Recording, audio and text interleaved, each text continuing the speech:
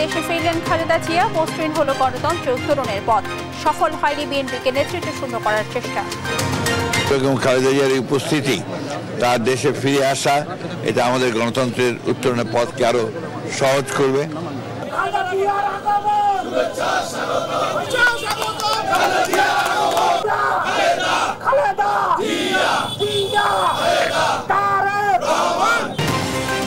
সড়ক ছুড়ে স্লোগান আর পতাকা, সমর্থকদের ভালোবাসায় সিক্ত হলেন খালেদা জিয়া। নেতাকর্মীদের চোখে নতুন দিনের আশা। মানুষ অধীর আগ্রহ আছে ভোটের জন্য। তরুণ প্রজন্ম যাতে নিজের ভোট নিজে প্রয়োগ করতে পারে। আজকের যে ওনার স্বদেশ প্রত্যাবর্তন, এটার মাধ্যমেই যেন বাংলাদেশের গণতন্ত্রের আবারও সূচনা হয়। ইসিকে সুপ্রিম জুডিশিয়াল কাউন্সিলের জবাবদিহিতায় আনার প্রস্তাব এনসিপির। প্রধানমন্ত্রীর বিরুদ্ধেও অনাস্থার বিধান রাখার সুপারিশ। যে মৌলিক সংস্কারের কথা বলছি, এটি কিন্তু শুধুমাত্র নির্বাচন কেন্দ্রিক নয়, কিংবা সংসদে 2/3 ভোট নিয়ে একটা সংশোধনী নয়। মৌলিক সংস্কারগুলোকে বাস্তবায়ন যোগ্য এবং বাস্তবায়নের যে পন্থাগুলো আছে সে ব্যাপারে একমত হয়ে নির্বাচনের দিকে অগ্রসরের হওয়ার কথা আমরা উত্থাপন করেছি। ঈদুল আজহায় 5 জুন থেকে থাকছে টানা 10 দিনের সরকারি ছুটি। উপদেষ্টা পরিষদ সভায় সিদ্ধান্ত, ঈদের আগে 2 শনিবার খোলা অফিস। কিশোরগঞ্জের পাকুন্দিয়ায় পরীক্ষা দিতে যাওয়ার পথে বজ্রপাতে 2 স্কুল শিক্ষার্থীর মৃত্যু। মিঠামইন ও ঝিনাইদহে প্রাণ গেল আরও 3 কৃষকের। এবং বড় বিপর্যয় ঠেকাতে ভারত পাকিস্তানকে সর্বোচ্চ সংযমের আহ্বান। জাতিসংঘের আঞ্চলিক স্থিতিশীলতায় যে কোনো প্রস্তাবে রাজি পাকিস্তান। সংবাদদাতা দেখছিলেন সংবাদ শিরোনাম, সঙ্গে আছে আমি রাবি ইসলাম স্নেহা। এবার বিস্তারিত। লন্ডনে চিকিৎসা শেষে 4 মাস পর দেশে ফিরলেন বিএনপি চেয়ারপারসন বেগম খালেদা জিয়া। তাকে স্বাগত জানাতে বিমানবন্দর থেকে গুলশানের বাসভবন পর্যন্ত সড়কে নামে নেতাকর্মীর ঢল। দলের মহাসচিব মির্জা ফখরুল ইসলাম আলমগীর বলেন, বেগম জিয়ার দেশে ফেরা গণতন্ত্রে উত্তরণের পথ সহজ করবে। আর দলের স্থায়ী কমিটির সদস্য ডাক্তার AZM জাহিদ হোসেন বলেন, বিএনপিকে নেতৃত্ব শূন্য করার চেষ্টা করে লাভ হয় না, তা প্রমাণিত। সাইফুল রিপনের প্রতিবেদন। মঙ্গলবার সকাল 10:40-এ হযরত শাহজালাল আন্তর্জাতিক বিমানবন্দরে অবতরণ করে বিএনপি চেয়ারপারসন খালেদা জিয়াকে বহনকারী কাতার রয়্যাল এয়ার অ্যাম্বুলেন্সটি।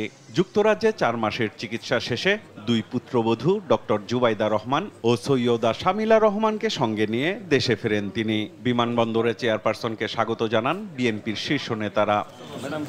বিমানবন্দরে বেগম জিয়ার দেশে ফেরা নিয়ে কথা বলেন দলের মহাসচিব মির্জা ফখরুল ইসলাম আলমগীর। বেগম খালেদা জিয়ার উপস্থিতি, তার দেশে ফিরে আসা, এটা আমাদের গণতন্ত্রের উত্তরণের পথকে আরো সহজ করবে।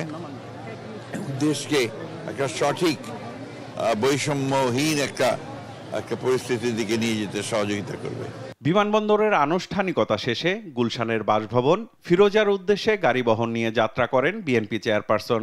পথে পথে তাকে স্বাগত জানায় বিএনপি ও এর সহযোগী ও অঙ্গ সংগঠনের নেতাকর্মীরা। উপচে পড়া ভিড়ে 15 মিনিটের রাস্তা 2.5 ঘন্টায় পাড়ি দিয়ে বাসভবনে ফেরেন খালেদা জিয়া।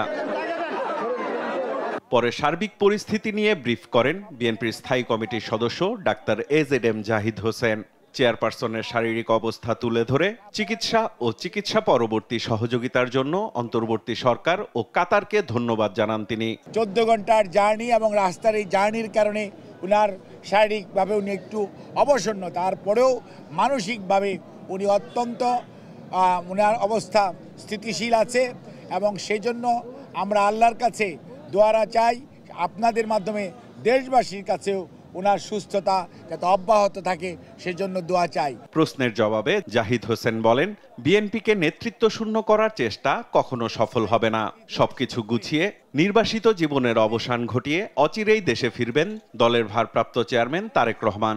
আপনাকে মনে রাখতে হবে, বিএনপির নেতৃত্বের মধ্যে কোনো ধরনের গ্যাপ নাই। যখনই প্রয়োজন, জাতির প্রয়োজনে বেগম খালেদা জিয়া নেতৃত্ব দিবেন। আর আমাদের নেতা জনাব তারেক রহমানের যে নেতৃত্ব, ইনশাল্লাহ আরও সুদৃঢ় হবে। বাংলাদেশের মানুষ গণতন্ত্র পাবে, জনগণের অধিকার আদায় হবে। খালেদা জিয়ার আগমন উপলক্ষে গুলশানের বাসভবন ফিরোজার আশেপাশের এলাকায় নিরাপত্তা জোরদার করা হয়। চিকিৎসা শেষে 4 মাস পর বিএনপি চেয়ারপারসন খালেদা জিয়ার দেশে ফেরার খবরে উচ্ছ্বসিত দলের নেতাকর্মীরা। অন্যদিকে দেশের চলমান রাজনৈতিক অনিশ্চয়তা থেকে গণতান্ত্রিক উত্তরণে আশার আলো দেখছে দেশবাসী। সাইফুল রিপন, দেশ টিভি, ঢাকা। প্রিয় নেত্রীর আগমনে বিএনপি নেতাকর্মীদের স্লোগানে প্রকম্পিত রাজপথ। বিমানবন্দর থেকে গুলশান পর্যন্ত সড়ক অবস্থান নিয়ে বেগম খালেদা জিয়াকে অভ্যর্থনা জানায় তারা। ফুল ছিটিয়ে বরণ করে নেয় গণতন্ত্রের আপোষহীন নেত্রীকে। সবার একটাই চাওয়া, যেন খালেদা জিয়ার হাত ধরেই ফিরে আসে গণতন্ত্র। তন্ত্রতারণ্যকে সঙ্গে নিয়ে নিয়াজ মোর্শেদের প্রতিবেদন। নেত্রী এসেছে, গণতন্ত্রের জন্য লড়াই করা আপোষহীন নেত্রী। তাই দীর্ঘশ্বাস আজ নিয়েছে ছুটি, আর উচ্ছ্বাসেরা সবেই রাজপথে করেছে ভিড়। জীবন যুদ্ধের সংগ্রামী আর মুক্তিকামী মানুষের হৃদয় খচিত নাম বেগম খালেদা জিয়া। দীর্ঘ 4 মাস লন্ডনে চিকিৎসা শেষে তার দেশে ফেরা স্মরণীয় করে রাখে দলের নেতাকর্মীরা।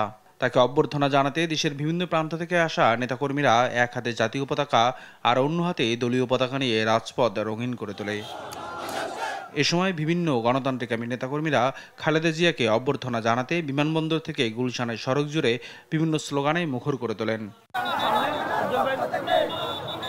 ফ্যাসিবাদ মুক্ত এই বাংলাদেশে আবারও বেগম জিয়ার হাত ধরে ফিরবে গণতন্ত্র, এমন প্রত্যাশায় তারা সক্রিয় নেতৃত্ব চান নেতাকর্মীরা। বেগম খালেদা জিয়া তো শুধু বিএনপি না, বাংলাদেশের সকল গণতন্ত্রকামী ব্যক্তি, প্রতিষ্ঠান এবং রাজনৈতিক দলের নেত্রী। তার অভিভাবকত্বেই আগামী বাংলাদেশ গড়ে উঠবে। হারিয়ে যাওয়া গণতন্ত্র আমরা পুনরুদ্ধার করতে পারবো, এটাই আমাদের প্রত্যাশা। এই দল আরো বেশি সুসংগঠিত হবে, গতিশীল হবে। আমাদের একটা আনন্দের মতো লাগতেছে, মনে হয় আমার একটা ঈদ। আমি চাই উনি রাজনীতিতে আবার আগের মতো সক্রিয় হোক। স্বাগত জানাতে আসা রাজধানী সহ দেশের বিভিন্ন প্রান্তের নেতাকর্মীদের দাবি, ফ্যাসিবাদ তাড়ানোর পর এখন প্রয়োজন ভোটের অধিকার। মানুষ অধীর আগ্রহে আছে ভোটের জন্য। তরুণ প্রজন্ম যাতে নিজের ভোট নিজে প্রয়োগ করতে পারে। আজকের যে ওনার স্বদেশ প্রত্যাবর্তন, এটার মাধ্যমেই যেন বাংলাদেশের গণতন্ত্রের আবারও সূচনা হয়। গণতান্ত্রিকামী এই মানুষরা হয়তো অনেকেই দেখেনি নেলসন ম্যান্ডেলাকে, তবে তারা দেখেছে বাংলাদেশের রাজনীতির কিংবদন্তি খালেদা জিয়াকে। তাই খালেদা জিয়ার এই স্বদেশ প্রত্যাবর্তনে তাদের মাঝে একটাই আশা, যেন গণতন্ত্র মুক্তি পায় আর তার কাণ্ডারি হয় বেগম খালেদা জিয়া। নিয়াজ মোর্শেদ, দেশ টিভি, ঢাকা। ডাক্তার জুবাইদা রহমানের 17 বছরের নির্বাসিত জীবনের অবসান হলো আজ। শাশুড়ি খালেদা জিয়ার সঙ্গে লন্ডন থেকে ফেরেন তিনি। দীর্ঘ প্রতীক্ষার অবসান ঘটিয়ে দেশে ফেরায় উচ্ছ্বসিত নেতাকর্মীরা। খালেদা জিয়ার মতো তার মাঝেও আপোষহীন মনোভাব দেখতে পাওয়ার কথা জানান তারা। আলিমুজ্জামান সাফওয়ানের রিপোর্ট। নির্বাসিত জীবনের অবসান ঘটিয়ে দেশে ফিরলেন বিএনপির ভারপ্রাপ্ত চেয়ারম্যান তারেক রহমানের স্ত্রী ডাক্তার জুবাইদা রহমান। দীর্ঘ 17 বছর অপেক্ষার পর শাশুড়ি খালেদা জিয়ার সঙ্গে ঢাকায় পৌঁছান তিনি। দীর্ঘ প্রতীক্ষার পর জিয়া পরিবারের গুরুত্বপূর্ণ এই সদস্যকে কাছে পেয়ে উচ্ছ্বসিত নেতাকর্মীরা। তাকে এক ঝলক দেখতে রাস্তার দুই পাশে ভিড় করে লাখ লাখ নেতাকর্মী। বলেন, তারেক রহমানের সহধর্মিনীর মধ্যে খালেদা জিয়ার মতো আপোষহীন মনোভাব রয়েছে। 17 বছরের প্রবাস জীবনে স্বামীর সুখ দুঃখে পাশে ছিলেন তিনি। শহীদ জিয়াউর রহমান তার ছেলের বউ 17 বছর ফ্যাসিস্ট হাসিনার রোষানলে পরে কিন্তু বিদেশে থাকতে হয়েছে। ডক্টর জুবাইদা রহমানের আশাতে অবশ্যই আমরা বিএনপি পরিবার এবং সারা বাংলাদেশের সাধারণ মানুষ অনেক অনেক আনন্দিত এবং উল্লসিত।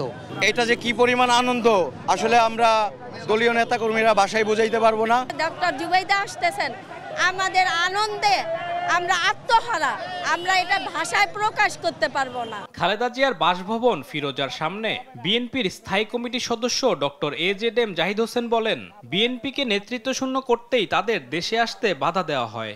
ডাক্তার জুবাইদা রহমান উনি এসছেন, উনি ম্যাডামের সাথে এসছেন এবং এই তো শুরু না, এটা ওনাদের দেশ, ওনারা আসবেন, এটাই স্বাভাবিক।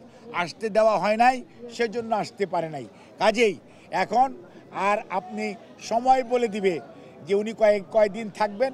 1995 সালে চিকিৎসকদের BCS পরীক্ষায় প্রথম স্থান অধিকার করে যোগ দেন চিকিৎসা পেশায়। তবে বেশি দিন দেশবাসীর সেবা করার সুযোগ পাননি। 2008 সালে রাজনৈতিক মিথ্যা মামলা মাথায় নিয়ে স্বামীর সঙ্গে দেশ ছাড়তে বাধ্য হন ডাক্তার জুবাইদা রহমান।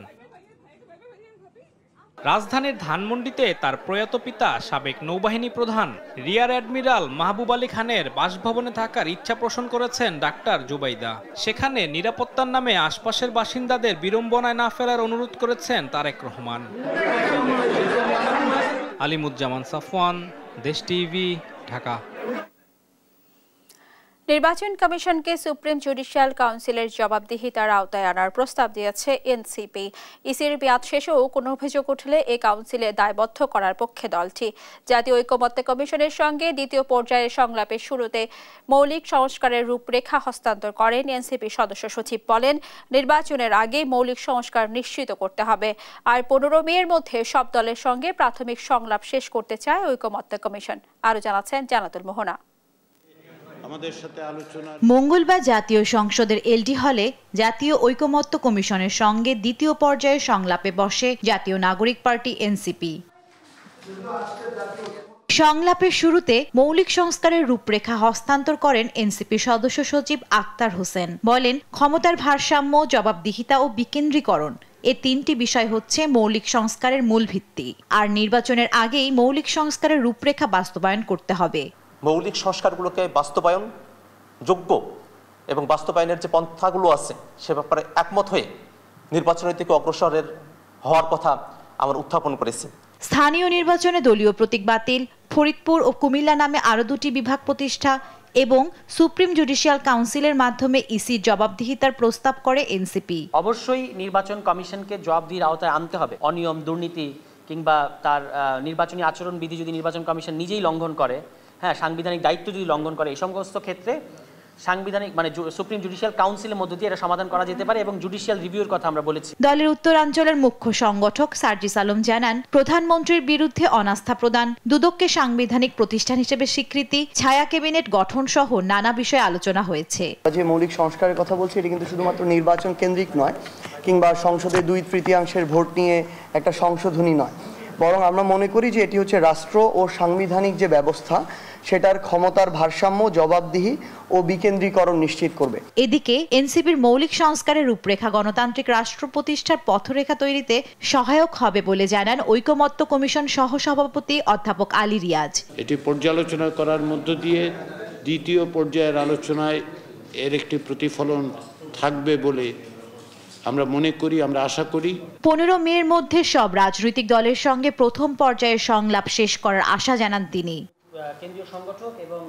জান্নাতুল মোহনা, দেশ টিভি, ঢাকা।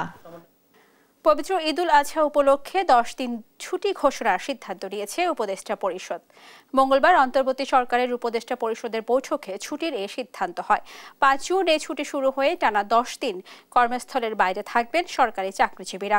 তবে এর আগের 2 শনিবার 17 ও 24 মে সাপ্তাহিক ছুটির দিন হলেও অফিস খোলা থাকবে। এর আগে ঈদুল ফিতরে 9 দিন ছুটি কাটিয়েছে সরকারি চাকরিজীবীরা।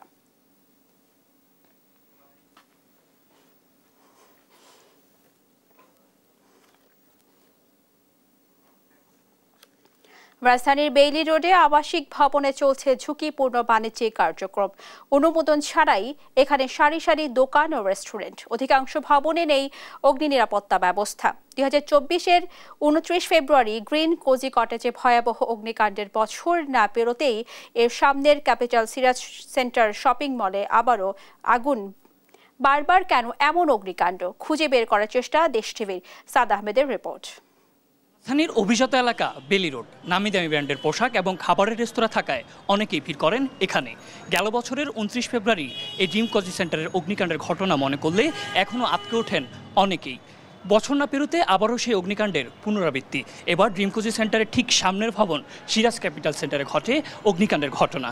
বারবার কেমন এমন অগ্নিকাণ্ড হচ্ছে বেলি রোডে, তারই অনুসন্ধানে নেমেছে দেশ টিভি টিম। গেল বছরে 29 ফেব্রুয়ারি বেলি রোডের এই গ্রিন কোজি কটেজ ভবনের আগুনে অকালে নিভে যায় 46 জনের প্রাণ প্রদীপ। ভয়াল সে রাতের স্মৃতি ভুলতে না ভুলতেই আবারও অগ্নিকাণ্ড। গত সোমবার আগুন লাগে ওই গ্রিন কোজি কটেজের ঠিক সামনের ভবন ক্যাপিটাল সিরাজ সেন্টার শপিং মলে। বেলি রোডের রেস্তোরাঁ ও ফাস্টফুডের দোকানে মানুষের ভিড় লেগেই থাকে। এ কারণে রাস্তার দুপাশে দিন দিন বেড়েই চলেছে খাবারের দোকানের সংখ্যা। নিয়ম নীতির তোয়াক্কা না করে আবাসিক ভবনেই গড়ে তোলা হয়েছে রেস্তোরাঁ, রেস্টুরেন্ট, শপিং মল, এমনকি বাচ্চাদের খেলার স্থানও। ভবনগুলোর বাইরে যেভাবে রাখা হয় গ্যাস সিলিন্ডার, তা কতটা নিরাপদ? একই বিল্ডিংয়ে রেস্টুরেন্ট, তারপরে আবাসিক, তারপরে বাচ্চাদের খেলার ব্যবস্থা, এগুলি তো হওয়া ঠিক না। সিলিন্ডার ব্যাপারটা বেলি রোডে কয়েকশো সিলিন্ডার জ্বলতেছে। এগুলি তো একসময় হতে পারে। যারা আমরা এখানে স্থানীয় আছি ওদের তো যানবাহনের একটা নিরাপত্তা আছে। এটা আমাদের দুর্ভাগ্য, এখানে আর কিছু বলার নেই। একটা ঘটনা হওয়ার পরেও যদি ব্যবস্থা নিতে তা হচ্ছে, কিন্তু ঘটেই চলছে, আমরা কিন্তু ওটার কোনো সুরাহা পাচ্ছি না। সোমবার আগুন লাগে যে ভবনে, সেই ক্যাপিটাল সিটার সেন্টারেরও একই অবস্থা। ভবনের অ্যাপার্টমেন্টে যেমন বসবাস করছে মানুষ, তেমনি তলায় তলায় রয়েছে রেস্টুরেন্ট ও পোশাক প্রসাধনীর দোকান। এখানে যে বিল্ডিংটা ছিল এটা একটা মিক্সড অকুপেন্ট বিল্ডিং, মানে এখানে শপিং মল ছিল, এখানে রেস্টুরেন্ট ছিল, এখানে অফিস ছিল, এখানে আবাসিক ভবন ছিল। স্থানীয় বাসিন্দাদের অভিযোগ, বেলি রোডের বেশিরভাগ ভবনগুলোতে নেই পর্যাপ্ত ভেন্টিলেশন ব্যবস্থা। আমরা সর্বক্ষণে আতঙ্কের মধ্যে থাকি যে এত ক্রমবর্ধমান চাহিদাকে লক্ষ্য রেখে বিল্ডিং মালিকরা কোনো ধরনের ফায়ার সিকিউরিটি ছাড়াই কিন্তু তারা বিভিন্ন ধরনের বিজনেস কিন্তু স্টার্ট করে দিয়েছে। প্রশাসনের তরফ থেকে ঝুঁকিপূর্ণ এসব ভবন শনাক্ত করে ব্যবস্থা নেওয়ার আশ্বাস দেওয়া হলেও তার বাস্তবায়ন হয়নি এখনো। ফায়ার সার্ভিস বলছে ঝুঁকিপূর্ণ ভবনের তালিকায় রয়েছে এখানকার বেশিরভাগ ভবন। প্রত্যেকবার অগ্নিকাণ্ডের পর প্রশাসনের তরফ থেকে আশ্বাস দেওয়া হয় ব্যবস্থা নেওয়া হবে এসব ভবনের বিরুদ্ধে, তবে তা কেবল আশ্বাসেই সীমাবদ্ধ থেকে যায়। স্থানীয় বাসিন্দারা বলছেন আর কত প্রাণ ঝরলে আশ্বাস নয়, বাস্তবেই ব্যবস্থা নেবে প্রশাসন, তাই দেখতে চান তারা। সাদ আহমেদ, দেশ টিভি, ঢাকা।